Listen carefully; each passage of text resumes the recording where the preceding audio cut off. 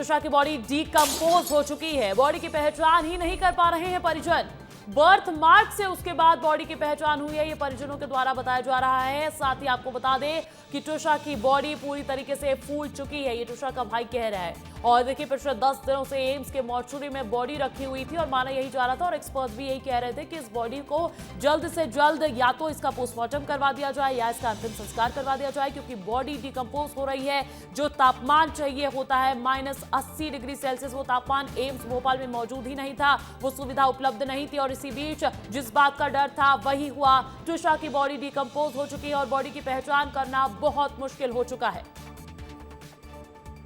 नहीं ऐसा कुछ, वो ऑफ कोर्स मतलब वो over a period of 10 days जो बॉडी में जो चेंजेस आते हैं, even after the first postmortem जो बॉडी में चेंजेस आए हैं, तो it was slightly difficult to identify the body, but हमने उनके बर्थ मार्क्स वगैरह से चेक करके वो हो गया था। फिर वो इसमें the process usually takes about 2 to 3 hours, तो वी आर होपफुल कि जैसा हो जाता है।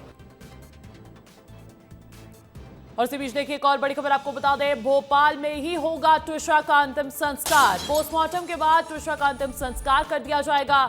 तुषा शर्मा के भाई हर्षित शर्मा का बयान आया है कि आज शाम 5 बजे अंतिम संस्कार किया जाएगा। भदभदा विश्राम घाट पर अंतिम संस्कार किया जाएगा। एक बहुत ही हाई प्रोफाइल केस जिसमें अभी तक परिजन ये नहीं पता लगा पाए हैं कि उनके घर की बेटी आत्महत्या की वजह से मौत हुई है उसकी या फिर हत्या कर दी गई है, और इसीलिए दोबारा पोस्टमार्टम की मांग भी की जा रही थी, मंजूर हुई। आज दोबारा पोस्टमार्टम किया जा रहा है। लेकिन इसी बीच एक बड़ी खबर सामने आ रही है कि अंतिम संस्कार को लेकर भी अपडेट दे दिया गया है। परिजन कह रहे तुषा शर्मा के कि आज शाम 5 बजे अंतिम संस्कार कर दिया जाएगा। विवेक अधिक जानकारी देने के लिए मेरे साथ जुड़ चुके हैं। विवेक, एक बहुत बड़ी खबर सामने आ रही है कि बॉडी इतनी डिकम्पोज हो चुकी है कि परिवार वालों को पहचान करने में मुश्किल हुई। देखिए पोस्टमार्टम अभी चल रहा है, अभी थोड़ा प्रोसीजर बाकी है, करीब 2 घंटे का भी और समय मेरे ख्याल से लग जाएगा, क्योंकि जैसा कि आशीष के भाई ने कहा कि थोड़ा बॉडी पहचानने में थोड़ी दिक्कत हुई, लेकिन हमने बर्थ मार्क के आधार पर हमने बॉडी को पहचान किया है और 10-12 दिन बीत चुके हैं।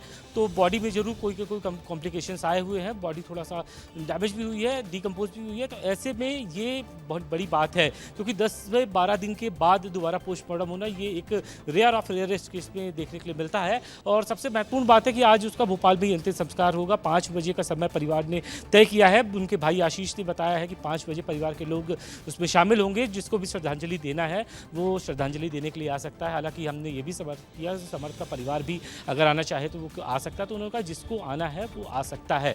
तो इस मामले में ये एक बड़ी इंफॉर्मेशन निकल के आ रही है, क्योंकि अभी तक यही बात निकल के कि परिवार आखिर कहाँ उसका पोस्टमार्टम करेगा तुषा का। तो ये बात अब कन्फर्म हो गई है कि आज शाम को 5 बजे भदभदा विश्राम घाट में आज ये पूरा क्रिमिनेशन का कार्यक्रम रखा गया है। 12 मई को खबर आती है कि तुषा नहीं रही और उसको लेकर अब आज की तारीख तक आ गया है ये टालते टालते वक्त जब उसका अंतिम संस्कार किया जाएगा। हालांकि अगर जो दोबारा पोस्टमार्टम हो रहा है उससे जुड़ी हुई जानकारी पर बात कर ली जाए, क्या अपडेट सामने आई है? अभी प्रक्रिया कितनी और बची है विवेक?